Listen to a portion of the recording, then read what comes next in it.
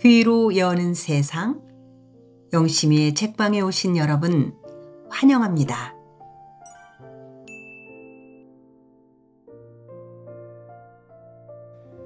오늘은 한승원님의 동학제 제7권 4편을 함께합니다. 지난 3편에서 전봉주는 청나라와 일본의 싸움에서 청나라가 이기면 청나라의 보호 속에서 대원군 이하응과 손을 잡고 패정 개혁을 하고 싶어 했지요. 동학군의 남접과 북접의 복잡한 이야기 계속됩니다. 제7권 석대들의 내리는 눈.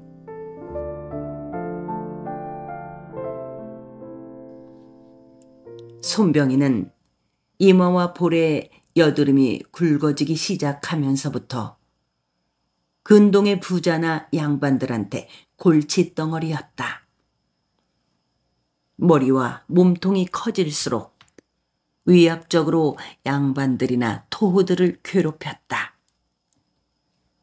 무심천변의 주막거리 앞에서 파잔이다가 말이나 나귀를 타고 지나가는 양반들을 끌어내려 혼찌검을 내주고 차고 있는 주머니를 잘라다가 술을 마시곤 했다.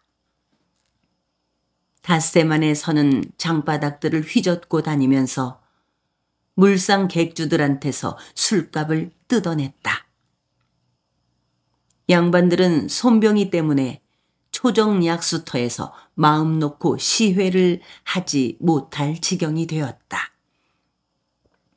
양반들이 초정약수터의 숲에 시회할 자리를 펴면 일반 상민들은 옆에 얼씬을 하지 못하기 일쑤였다. 양반네들을 모시고 온 아랫것들이 그 숲 사방을 둘러싸고 약수를 더럽힌다고 물을 깃지 못하게 엄히 단속을 하는 것이었다.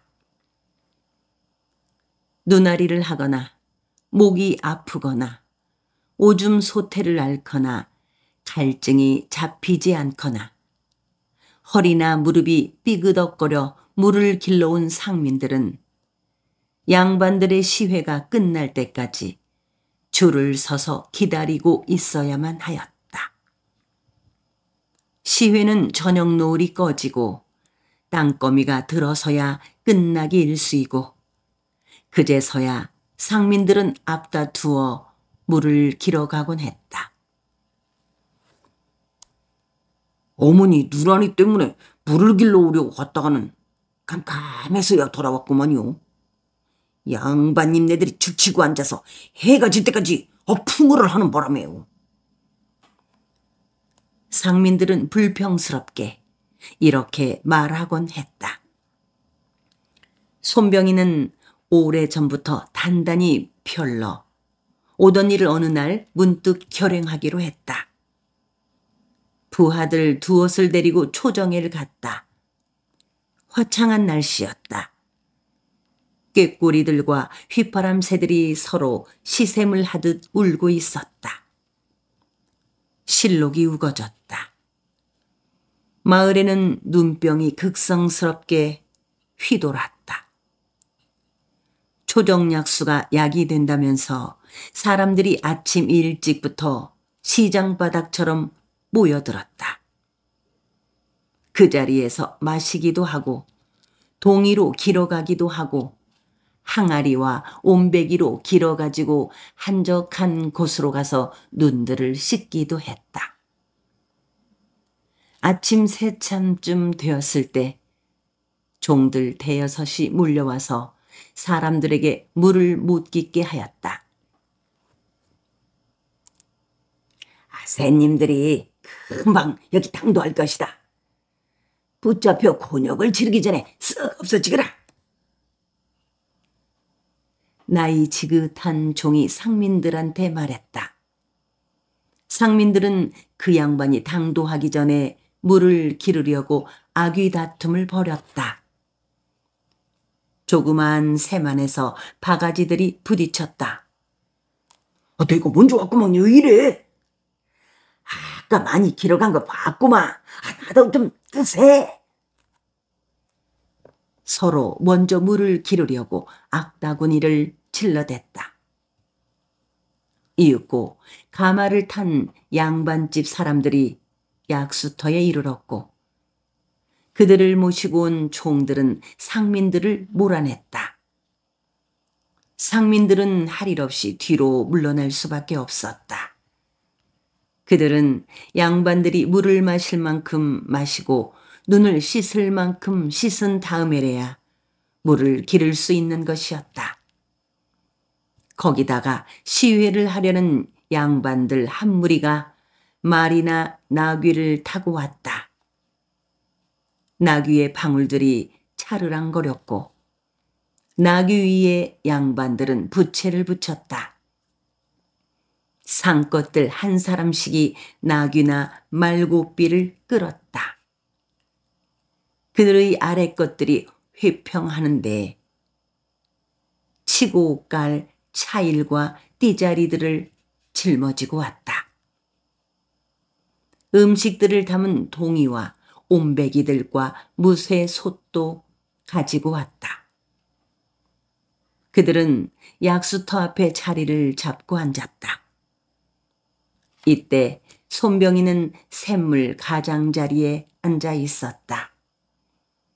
차양이 좁장한 갓을 삐뚤음하게 쓰고 거무죽죽하게 먹물을 들인 두루마기 자락을 허리띠 속에 찌르고 있었다. 양반들을 아랑곳하지 않고 한 손을 약수 속에 깊이 담가 천천히 휘휘 저어댔다. 밑바닥에서 구정물이 일어났다. 숲 그늘을 뚫고 찬란한 햇살이 날아들고 있었다. 약수가 그 빗살 한 줄기를 쏘아 날렸다. 아니 저런 처죽일름 보게나. 회평할 짐을 짊어지고 오던 팔팔한 아랫것 하나가 손병이를 향해 소리쳐 말했다. 양반들의 나귀를 끌고 오던 마부들과 나귀 위의 양반들의 눈길이 일시에 손병이에게로 날아갔다. 좀 전에 가마를 타고 온 양반네 일가와 그들 아래 것들의 눈길도 손병이에게로 날아갔다. 그들 가운데서 손병이를 아는 사람들은 입을 다물고 앞으로 나서려고 하지 않았다. 아니 저놈이 정신이 있나 없나? 어허, 저 미친놈이. 오만 사람들이 다 먹고 마시고 약으로 쓰는 약물을 다 더럽히고 자빠져 있구먼. 손병이를 모르는 사람들만 한마디씩 거들었다. 양반네들의 위세 때문에 뒷전으로 물러난 상민들의 눈길도 손병이에게로 날아갔다. 그들의 얼굴은 밝아졌다. 한편으로는 했다 시원하다 하는 얼굴이었고 또 다른 한편으로는 저러다가 저 사람이 호랑이 같은 양반 놈들한테 뭔 일을 어떻게 당하려고 저럴까 하는 얼굴을 하고 있었다. 여보라, 호랑이 얼굴을 한 번도 구경하지 못한 저 하룻강아지 놈을 붙잡아서 이리로 끌고 오너라.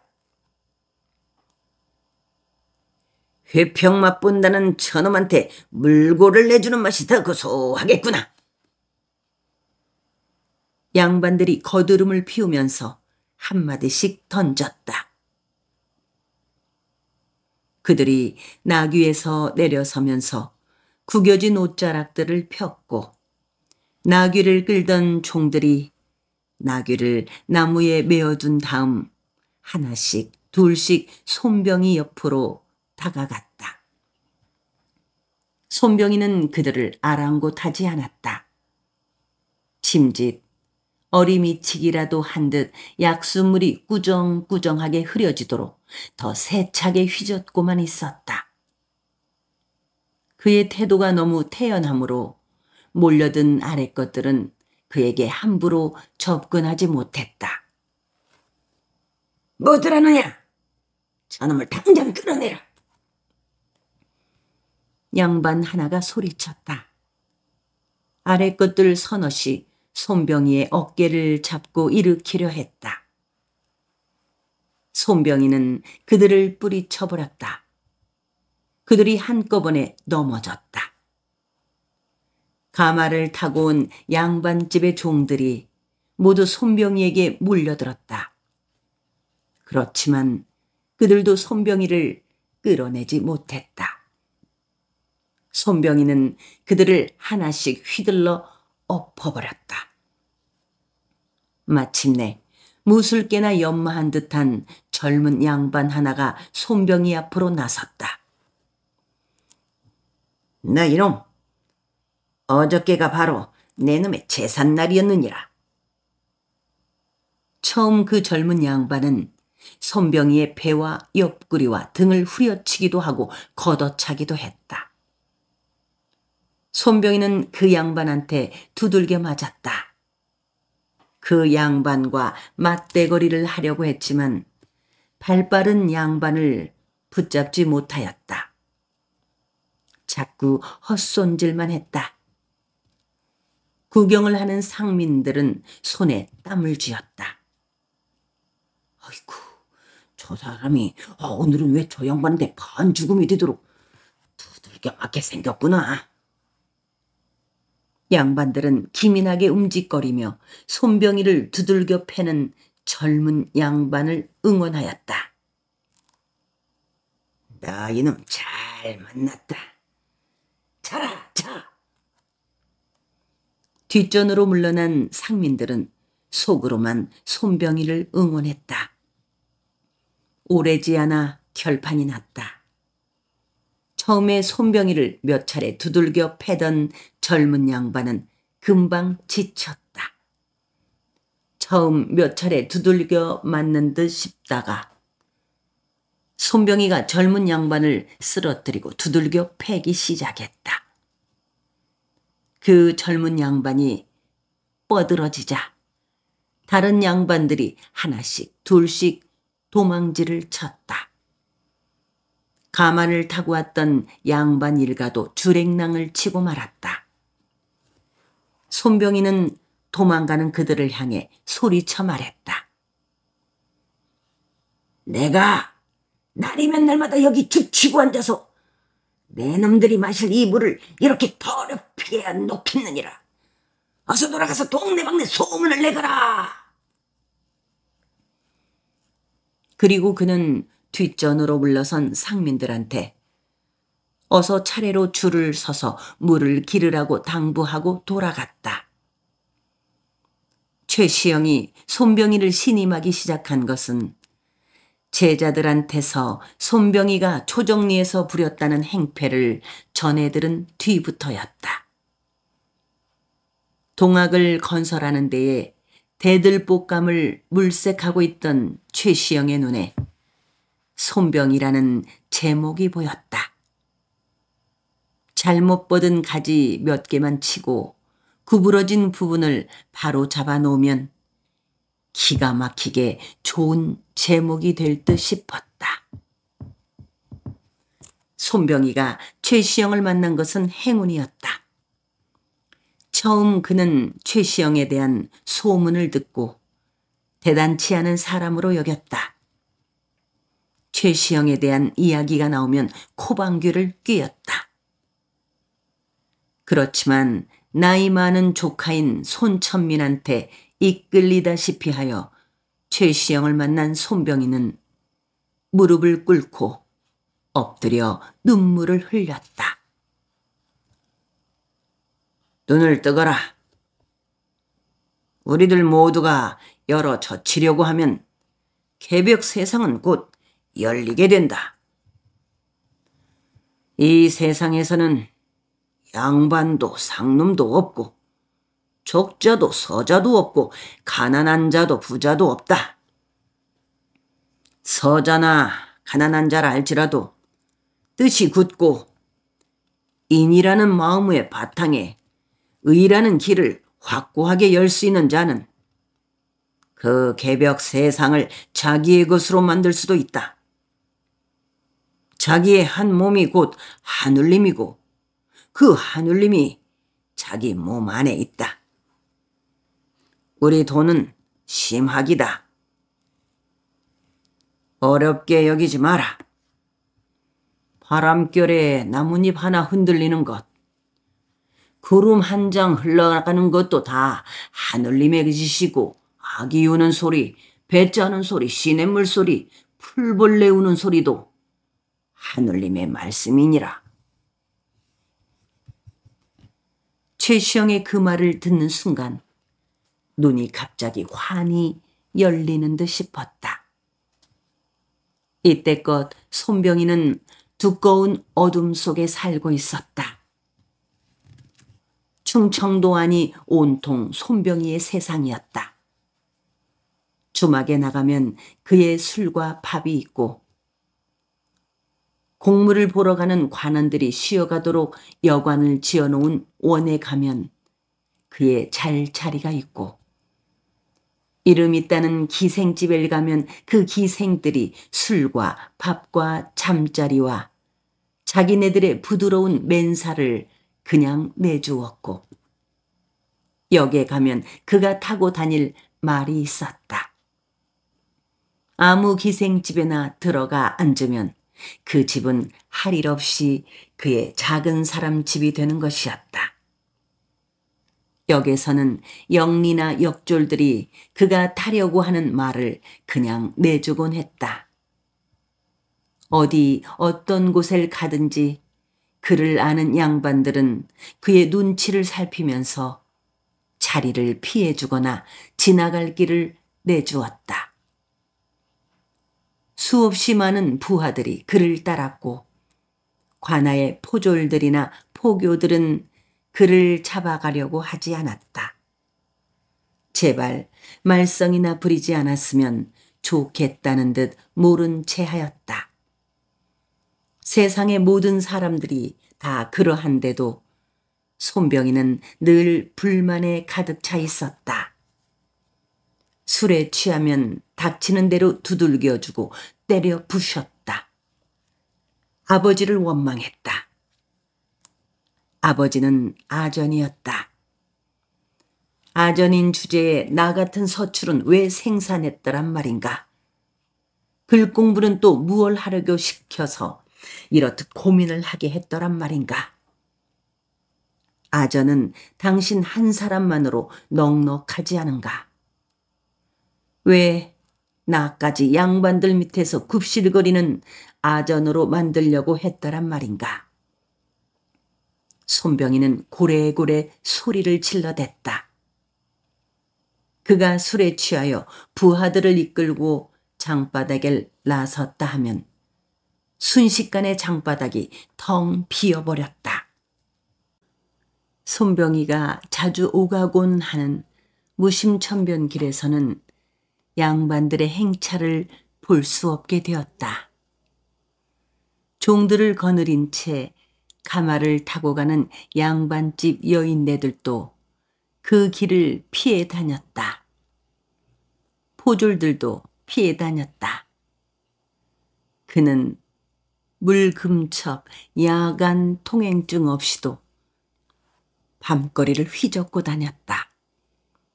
술라군들은 그를 못 본 채 하였다.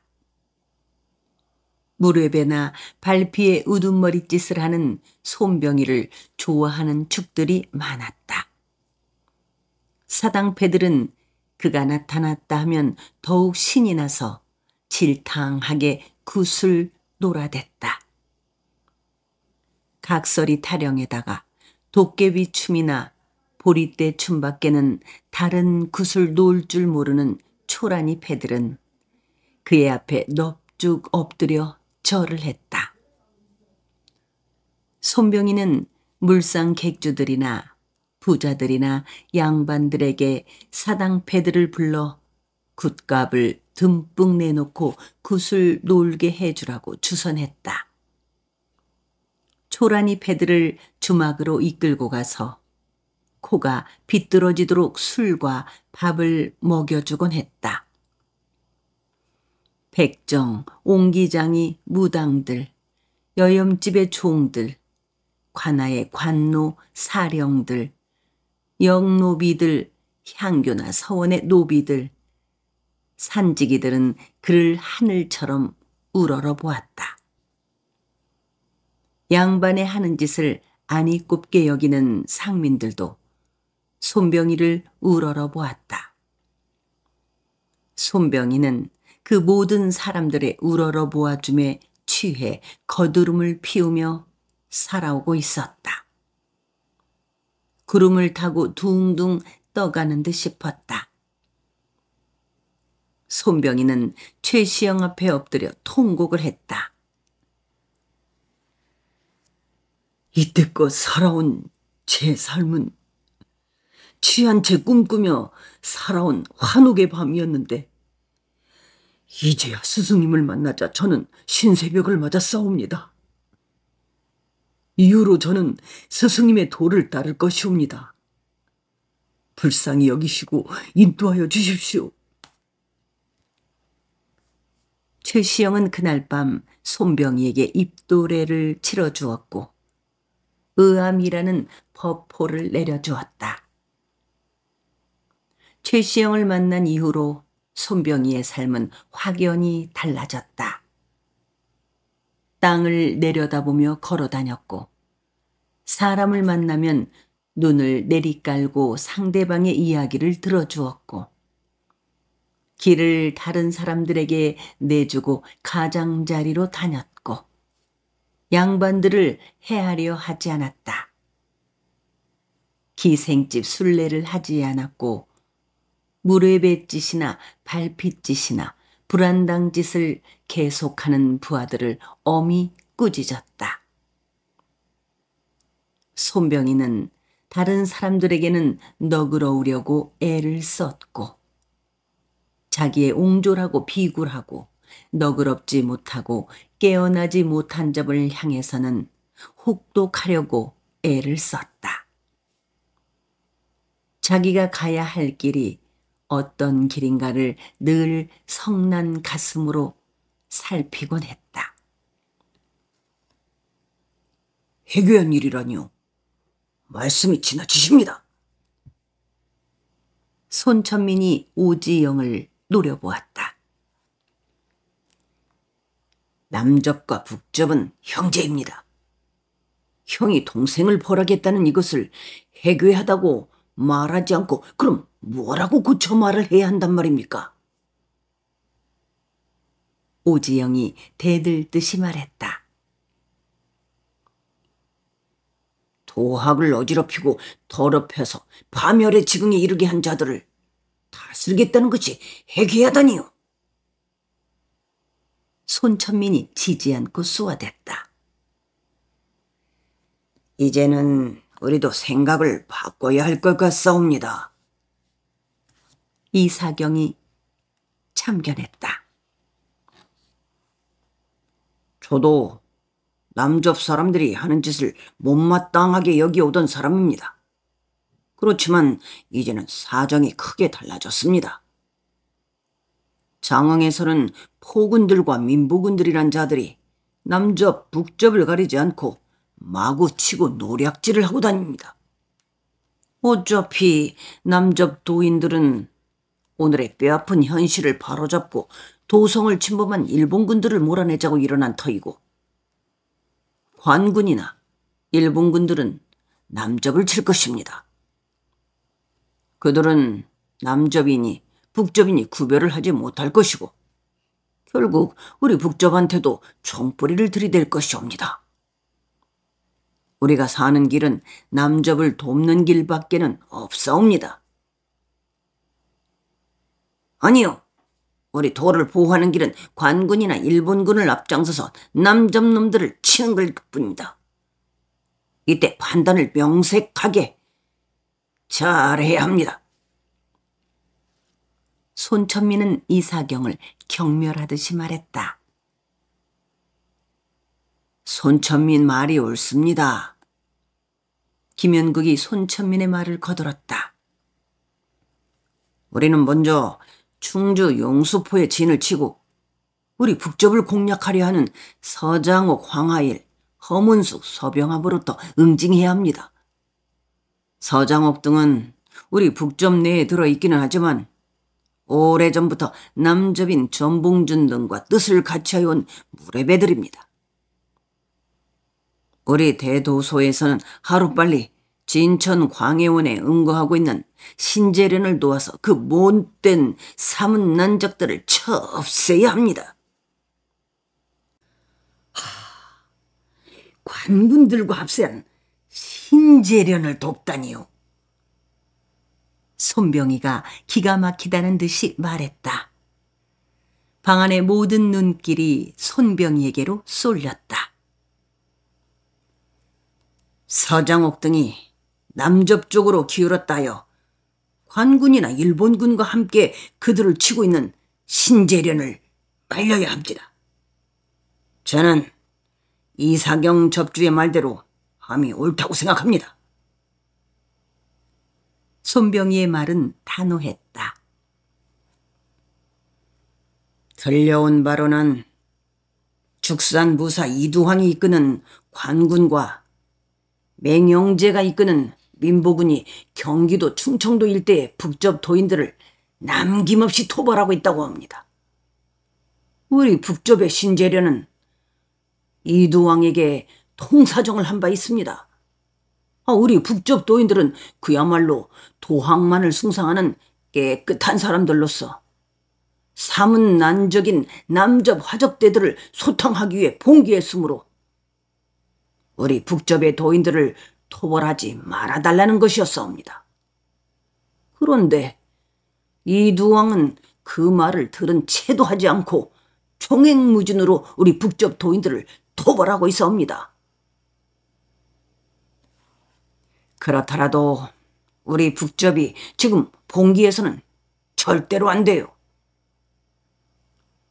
손천민은 나이 어린 삼촌인 손병희를 향해 퉁명스럽게 말했다. 그리고 최시영을 향해 스승님, 이들의 말을 따라서는 안 되옵니다. 총칼을 들고 일어났으면 장차 우리의 돈은 씨가 마르는 지경에 이를 것이옵니다. 하고 나서 오지영의 일행에게 최시영의 통유문을 내밀었다. 오지영 접주는 돌아가서 전봉준에게 분명히 이르시오. 이 통유문 내로 따르라고. 오지영은 절망이 눈앞을 아득하게 하였다. 숨이 막히고 맥이 풀렸지만 그는 사력을 다해 말했다. 우리 신성한 도학을 가지고 난을 일으키면 분명 잘못된 일입니다. 그렇지만 지금 패정을 개혁하고 일본을 몰아내겠다고 나선 남접 도인들을 치는 것은 잘못입니다. 사실은 우리 북접 도인들이 나서서 그들을 치기 전에 이미 관군과 일본 군사들이 그들을 치기 위해 나섰습니다. 남접의 도인들과 일본국, 조선국 두 나라의 연합군이 싸운다면 필히 두 나라 연합군이 이기는 것은 정한 이치입니다. 우리 북접 도인들이 관군이나 일본 군사들과 힘을 합쳐 남접 도인들을 치면은 그들이 더 쉽게 망하는 것은 말할 것도 없을 것입니다. 약자가 강자와 싸워 망한 남접으로서는 누구를 원망할 수가 없다 할 것이지만은 강자들을 도와 싸움에 이긴 우리 북접은 무슨 면목으로 세상에 나설 것이옵니까? 우리 도의 흥망성쇠는 말할 것도 없이 우리 남접과 북접의 도인들 모두의 손에 달려 있사옵니다. 우리는 우리 도학의 천세 만세를 위하여 남접 북접 모두가 힘을 합하여 죽어도 같이 죽고 살아도 같이 사는 것이 당연한 일이라고 생각되옵니다. 오지영의 말이 끝나자마자 손병이가 두 주먹을 불끈 쥐며 소리쳤다. 스승님, 허락해 주십시오. 우리도 남접하고 힘을 합쳐서 저 개와 간당들과 일본인들을 이 땅에서 몰아내야 합니다. 그들이 이 땅에 버티고 있는 한에는 우리 도가 있을 수가 없사옵니다. 최시영은 고개를 숙였다. 김방서가 최시영을 향해 말했다. 스승님, 우리 도인들은 전라감사 김학진이 지금 하고 있는 일을 생각하여야 합니다. 김학진은 목숨을 내놓고 전봉준의 울량관 노릇을 하고 있사옵니다. 저 임진왜란 때 충무공은 호남이 있지 않고는 이 나라가 없다고 하였지 않사옵니까? 김학진은 시방 이 나라 방방곡곡에 흩어져 있는 우리 동학 도인들이 버티어주기 때문에 이 나라가 숨을 쉬고 있다고 생각하고 있고, 일본군들을 몰아낼 수 있는 힘은 오직 동학 도인들이 가지고 있을 뿐이라고 여기고 있는 것이옵니다. 이때 우리는 무엇을 어떻게 해야겠습니까? 이인환이 말했다. 스승님, 바야흐로 때가 왔사옵니다. 저 교원 영생만을 일삼는 개와 간당들과 일본군들을 몰아내고 나서 우리 도학으로서 나라의 기강을 바로잡고 우리 도학으로서 그야말로 개벽 세상을 열어가야 합니다. 최시영의 등 뒤에 앉아있는 조천길이 이인환의 얼굴을 건너다 보았다. 이인환은 말을 이었다. 대원군 이하웅도 뒷전으로 물러났다고 하옵니다. 이제 궁궐 안팎에서 기대할 것은 아무것도 없사옵니다. 오직 우리 남접, 북접 도인들의 힘만 믿을 수 있을 뿐입니다. 상감께서도 사실은 우리 동학 도인들이 밀고 올라와서 궁성을 에워싸고 있는 일본 군사를 몰아내주기를 기대하고 계실 것이옵니다. 손병이가 최시영 앞에 엎드리며 스승님, 결단을 내려주십시오. 북접의 모든 도인들에게 총동원령을 내서 남접과 힘을 합하여 싸우게 하여 주십시오. 하고 말했다. 오지영, 김방서, 이인환, 유한필이 두 손을 방바닥에 짚고 최시영의 얼굴을 건너다 보았다. 최시영은 곤혹스러워하고 있었다. 손천민, 김연국은 불만스러운 얼굴로 최시영과 손병희의 얼굴을 번갈아 살피기만 했다. 마침내 최시영이 고개를 끄덕거렸다. 손병희는 분연히 일어서서 밖으로 나가더니 부하들에게 남벌기를 찢어 없애라고 명령했다. 북접에서는 일단 본 장내리의 대도소에 회합을 하라고 총동원령을 내렸다.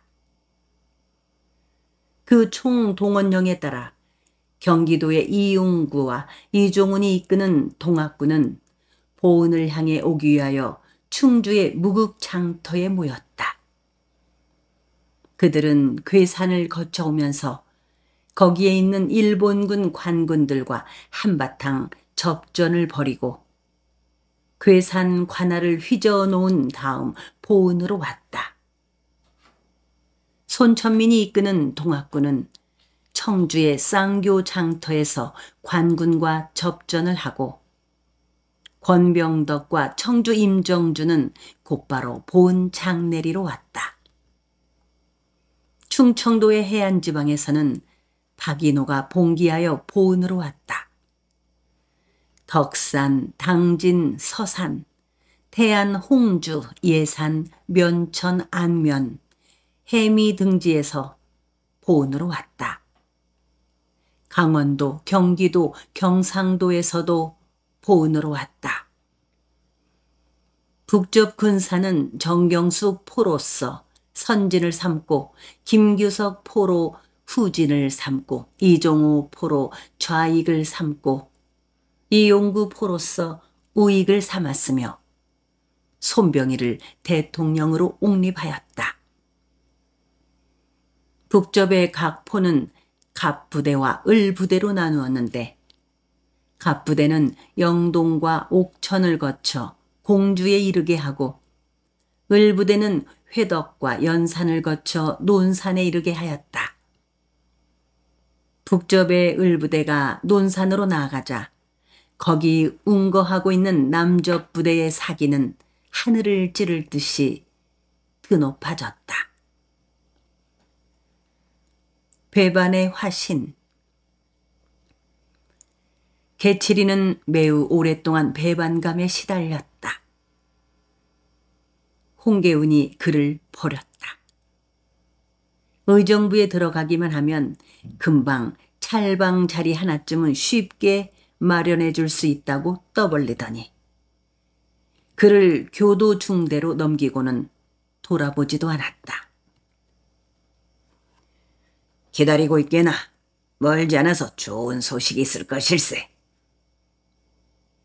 홍계운이 그에게 마지막으로 던진 말이었다. 개칠이는 오소리와 함께 교도 중대에서 한여름을 보냈다. 새로 초무한 신병들과 함께 조련을 받았다. 저는 일반 신병들과 다릅니다. 신병으로 입소한 것이 아니라 초토사 홍계운 장군께서 저를 특채하라고 하셨을 터인데 어찌 된 것입니까? 개칠이가 조교와 교관에게 이렇게 말을 했지만 자기들은 모르는 일이라고 했다. 우라가 치밀었다. 오소리가 그에게 도망쳐서 벽사역으로 돌아가자고 했다. 그도 그러고 싶었지만 일단 조련을 받으면서 기다려보자고 오소리를 붙잡았다. 오소리는 벽사역으로 돌아가 역장 노릇이나 해먹고 살겠다고 하며 도망을 쳐버렸다. 오소리가 돌아간 뒤부터 개칠이는 더욱 쓸쓸해졌다. 나도 벽사역으로나 갈 것을 그랬다. 노비로 부리던 평산이 생각이 났다. 그 자식 만나기만 하면 단박에 쳐 죽여 놓으리라. 살려준 은혜를 저버리고 도망질을 치다니. 머리 검은 짐승은 거두지 말라고 하더니 그 말이 옳다. 양반이고 상놈이고 믿을 것이 못 된다. 빌어먹을 놈 같으니라고. 개칠이는 홍계운을 욕했다. 하다못해 장위영이나 경리청에 소관이라도 한 자리 시켜줄 일이지. 내가 소관 하나쯤 못 해낼 사람인가? 전주 완산봉에서 동학도인들한테 뜨거운 맛을 보여서 돌려보내는데 결정적인 공을 세운 나를 기껏 교도중대 신병들 속에 처박아 놓고 조련을 시키다니. 해도 너무하고 있다. 나를 그렇게밖에 보질 않았다란 말인가. 내가 맡겨주기만 하면 초토사나 순무사나 전라감사인들 못 해낼까? 젠장 칠것. 병조판사 같은 것은 못 해낼까? 그렇지만 개칠이는 이를 악물었다. 그에게는 여우 같은 데도 있지만 능구렁이나 곰 같은 데가 있기도 했다. 신병으로서 조련을 착실하게 받으면서 기다리라 생각했다. 조련을 다 받은 다음에 그를 임관시킬지도 모른다 싶었다. 명마와 장수는 유난히 닥쳐와야만 쓰일 곳이 생기는 법이다. 그는 참았다. 내내 아무런 통첩도 없으면 기회를 보아 홍계운을 찾아가 어찌된 일이냐고 항의를 할 생각이었다. 홍계운은 왕비의 총애를 받는 사람이 아닌가. 이러그러 여름이 갔고 찬바람이 쌀랑거리고 밤이면 귀뚜라미들이 극성스럽게 울어댈 때 동학도인들이 다시 준동하기 시작했다는 소문이 돌았다. 진영 안이 술렁거렸다. 삼천리 방방곡곡에서 동학군들이 호응을 한다고 했다. 몇 안 되는 장유영 군사나 경리청 군사들로 어떻게 그 벌떼 같은 동학군들을 진멸할 것이냐고 불안해하였다. 이제 우리는 다 죽었다고 쑥덕거리기도 했다. 우리도 차라리 동학도인이 될 것을 그랬다고 후회하는 군사들도 있었다. 그렇지만 개칠이는 얼씨구 잘 되었다 하고 속으로 소리쳤다. 그는 일본군의 최신식 무기에 대하여 잘 알고 있었다. 거대한 청나라 군사들도 일본군한테 쫓겨가지 않았는가. 동학군들은 결국 일본군들의 밥이 되고 말 것이라고 개칠이는 생각했다. 잘 되었다. 얼른 한양 쪽으로 밀고 올라오너라. 개칠이는 주먹을 불끈 쥐었다. 이제야말로 자기의 효용 가치가 드러날 때가 온 것이라고 생각했다. 멀지 않아 동학군 순무영이나 초토영이 설치될 것이고 거기에서 자기를 부르리라고 생각했다. 동학군의 본거지인 전라도, 충청도 지방의 사정을 가장 잘 아는 자기에게 소관 자리 하나쯤은 주어 앞장을 세우리라고 생각했다. 아니나 다를까 그는 순무사의 영을 받은 신정이에게 불려갔다. 신정군, 교도 중대 신병들 가운데 개칠이라는 놈이 있을 것이오. 그놈을 가까이 두고 부리도록 하시오. 간사한 데가 있고 차령산 줄기 이남 태생이긴 하지만 공궁할 때는 제법 쓸모가 있을 것이오. 병법에 통달해 있고 임기응변에 등한 놈이오. 만일 전라도로 군진을 옮기게 될 경우에는 반드시 그놈을 앞장 세우시오. 그놈이 그곳 지리를 훤히 알고 그곳 사람들의 심성을 꿰고 있기 때문에 매우 유익할 것이오. 홍계우는 신정희에게 이렇게 말을 해주었던 것이다. 개칠이는 신정희의 휘하로 들어간 뒤 내내 들떠 있었다. 정보 장교로 보직을 받은 것이었다. 죽산 부사이자 장유영의 영관인 이두왕에게서 전령이 왔다. 이두왕은 죽산과 안성 등지에서 충청도 일대의 동학도인들을 토벌하기 위해 북쪽 지역으로 내려왔다가 북쪽 내부의 강경파의 한 사람인 서병학을 사로잡은 것이었다. 개칠이가 이두왕에게로 달려갔다. 개칠이는 서병학을 넘겨받았다. 강경파 접주인 서병학은 이용할 만한 가치가 많은 인물이었다. 우리 관군에게 협조를 하면 장차 좋은 일이 있게 될 것이오. 사람의 한 평생이라는 것은 매우 짧소. 개칠이는 서병학을 회유하기 시작했다. 그는 서병학에게 관군의 신의 무기와 청나라를 몰아낸 일본군의 위력을 말하고 동학배들이 소멸되는 것은 시간 문제임을 말해주었다. 부디 내 말 허술하게 듣지 말고 이 기회를 잘 잡아 영화를 누리도록 하시오. 기회라는 것과 여인네라는 것은 가까이 다가왔을 때 거침없이 잡는 자의 것이라는 법이오. 벼슬이 내려지면 집과 옷과 재물과 고운 여인네가 따르게 되어 있소. 서병학의 마음이 움직이는 듯 싶자 개칠이는 큰 고기를 잡을 생각을 하십시오. 어르신만 힘이 되어준다면 우리 두 사람의 손으로 그 큰 고기를 어렵지 않게 잡을 수 있을 것이오. 하고 애매한 이야기를 불쑥 뱉었다. 서병학이 비로소 눈을 빛내면서 개칠이의 얼굴을 건너다 보았다.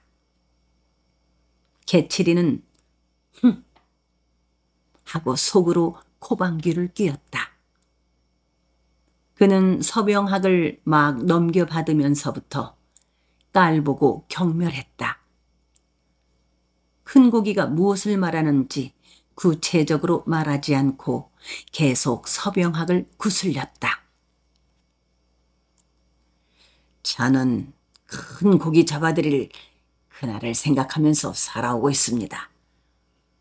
그날이 와야 나라가 평안하게 될 터이고 우리는 평생 영화를 누리게 될 것이옵니다. 뜻밖의 서병학은 쉽게 협조를 약속했다. 순무사 선정이는 서병학에게 남부도사라는 직책을 주고 개칠이 옆에 붙여놓았다. 저 여우가 도망을 가지 않는지 우리에게 준 정보가 진짜인지 가짜인지 잘 살피도록 하거라. 아직 말하지 않고 있는 것을 빼내도록 하여야 하느니라. 너의 일이 막중하다. 이번에 내가 하는 것을 보아 난리가 끝난 뒤에 응분의 보상이 있을 것이니라. 개칠이는 동학군들에 관한 정보를 제공해주는 서병학이 곱게 보이지 않았다.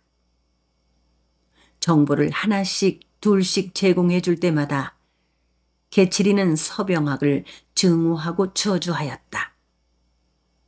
그는 배반하는 자들을 미워했다. 언제는 함께 공모를 하고 생사고락을 함께 하자고 굳게 언약을 하고 또 언제는 자기의 안일과 영달을 위하여 동지들을 배반한단 말인가. 이놈은 언제인가는 나를 배반할 것이다. 개칠이는 서병학의 얼굴을 볼 때마다 역겨운 느낌에 사로잡혔다. 문득 진저리가 쳐지곤 했다. 머리털이 반백인데다 턱이 앞으로 튀어나오고 볼이 약간 들어간 서병학의 얼굴과 약간 쉰 듯한 목소리는 악몽 같은 기억 하나를 떠오르게 하였다. 새빨간 피의 기억이었다. 어린 개칠이는 박초시 집에서 소 뜯기기와 꼴배기를 해주며 살고 있었다. 9살이었다. 송아지 풀을 베어가지고 들어오는데 등 뒤에서 김부잣집 아래 것들 둘이 마을의 집집마다의 입막음떡을 돌렸다. 초시어른은 풍어를 하러 가고 종들은 들일을 나가고 도련님 둘은 서당에 가고 안방마님은 절에 가고 없었다. 집에는 삽살개 한 마리와 닭 3마리만 어정거렸다. 그때 개칠이가 들어선 것이고 그는 입막음떡을 받아들었다. 내가 먹어버리지 말고 살강에 잘 두었다가 주인마님한테 드려야 한다. 알겠냐? 김부잣집의 아래 것들은 신신당부를 하고 돌아갔다. 입막음떡이래야 기껏 어린 개칠이의 손바닥만한 찰떡 한 덩이였다. 그 네모난 떡의 위아래로는 샛노란 콩고물이 발려 있고 사방으로는 잘 든 칼로 자른 흔적이 새하였다. 개칠이는 그 떡을 부엌의 살강 안에 넣어놓고 송아지한테 풀을 주었다. 송아지가 맛있게 먹는 것을 보고 배가 고팠고 뱃속에 회가 동했는지 꼬르륵거리면서 쓰리고 아렸다. 그가 살강에 넣어놓은 찰떡이 생각났다. 명절 때 찰떡 만드는 것을 본 적이 있었다. 고무를 묻힌 다음 칼로 자르던 것이었다. 살강에 넣어놓은 그 떡 한쪽 귀를 감쪽같이 칼로 잘라 먹으면 어떨까? 왜 이렇게 떡이 작으냐고 하면 원래 작은 것을 가져왔노라고 하면 될 것이 아닌가? 왜 진즉 그 생각을 못했을까? 개칠이는 부엌의 살강 앞으로 달려갔다. 떡과 식칼을 꺼냈다. 도마 위에 놓고 식칼로 떡의 한쪽 가장자리를 잘라냈다. 식어 굳어진 것이라 쉽게 잘라지지 않았다. 콧등에 땀이 어리도록 힘을 써서 잘라냈다. 그것을 입에 넣고 오물거렸다. 다 씹지도 않았는데 목구멍 너머에서 당그레질을 하였다. 삼키고 나자 더 먹고 싶었다. 떡을 이리저리 살피었다. 한 번 더 잘라내서 먹은들 어떠랴. 원래 작은 것이었노라고 하면 되지 뭐. 그는 다시 칼질을 했다. 그것을 개눈 감추듯이 먹고 나서 그는 부엌문 앞을 서성거렸다. 더 먹고 싶었다. 거짓말같이 얇게 잘라내서 한 입만 더 먹자고 생각했다. 들어가서 그렇게 했다. 이제는 떡이 반 이상 줄어들었다. 개칠이는 걱정이 생겼다. 자기 눈으로 봐도 너무 떡이 작았다. 아무리 한들 김부잣집에서 이렇게 작은 떡을 가져다 줄 리가 있느냐. 결국 내가 잘라 먹은 것이 들통나게 되어 있다. 그럴 바에는 차라리 다 먹어 치워버리는 것이 좋지 않을까. 뱃속에서 계속 당그레질을 하고 입안에 군침이 돌았다. 만일 김부잣집에서 떡을 가져오지 않았느냐고 물으면 모른다고 해버리면 된다. 용기를 냈다. 떡을 통째로 들고 먹기 시작했다. 그때 대문 삐그덕거리는 소리가 나고 우르르 달려들어오는 발작 소리가 났다. 서당에 간 도련님들이 돌아오고 있는 것이었다. 그는 황급히 떡을 씹어 삼켰다. 떡이 목구멍에 꽉 얹혔지만 참고 뒷문으로 빠져나갔다. 우물에서 물을 한 바가지 떠서 입에 퍼 넣었다. 목을 길게 빼내리고 입속에 들어있는 것을 삼켰다. 거듭 물을 마셔댔다. 배가 불룩해졌다. 떡을 모두 먹어버린 일이 들통날 거라는 두려움이 등줄기를 훑었다. 동시에 기분 좋은 포만감이 전신을 노곤하게 하였다. 마당으로 나왔을 때 큰 도련님이 그를 족치기 시작했다. 너 뭐 먹었냐? 떡 먹었지. 바른 대로 말해. 내 입 가장자리에 콩고물이 묻어있다. 김부잣집 며느리 입마금떡 돌리는 거 보고 달려왔다. 개칠이는 시치미를 떼고 고개를 살레살레 저었다. 두 도련님이 덤벼들어 두들겨 팼다. 뺨따귀를 치기도 하고 발로 차기도 하고 주먹으로 쥐어 지르기도 했다. 이놈! 이실직고 하지 못할까? 천한 주제의 양반네에 잡숴야 할 것을 몰래 훔쳐먹어. 너 이 새끼 한번 죽어봐라. 두 도련님은 먹이를 빼앗긴 짐승들처럼 으르렁거리며 개치리를 짓밟아댔다. 몽둥이를 가지고 와서 두들겨 팼다. 개치리의 코에서 피가 터졌다. 엎어진 채 버리적거리면서 먹은 것을 토해내며 코피를 흘렸다. 코피가 멎지 않으면 죽게 된다고 생각했다. 죽어서는 안 된다. 두들겨 맞은 보가 피를 해야 한다. 고개를 쳐들고 피가 흐르지 않게 했다. 콧구멍에서 흐른 피가 목구멍을 막았다. 숨을 쉴 수 없었다. 핏덩이를 꿀꺽 삼키고 나서 숨을 쉬었다. 피가 다시 흘러서 목구멍을 또 막았다. 숨을 쉬기 위하여 또 그것을 삼켰다. 핏덩이가 목구멍을 막으면 재빨리 삼키고 다시 막으면 또 얼른 삼켰다. 피는 비리척지근하고 찝찔했다. 하늘이 노래졌다. 개치리는 그 기억을 지우려고 이를 물고 고개를 살레살레 저댔다. 빌어먹을 하고 그는 투덜거렸다. 서병학의 생김새가 꼭 어린 시절의 그 초시 어른을 닮았다.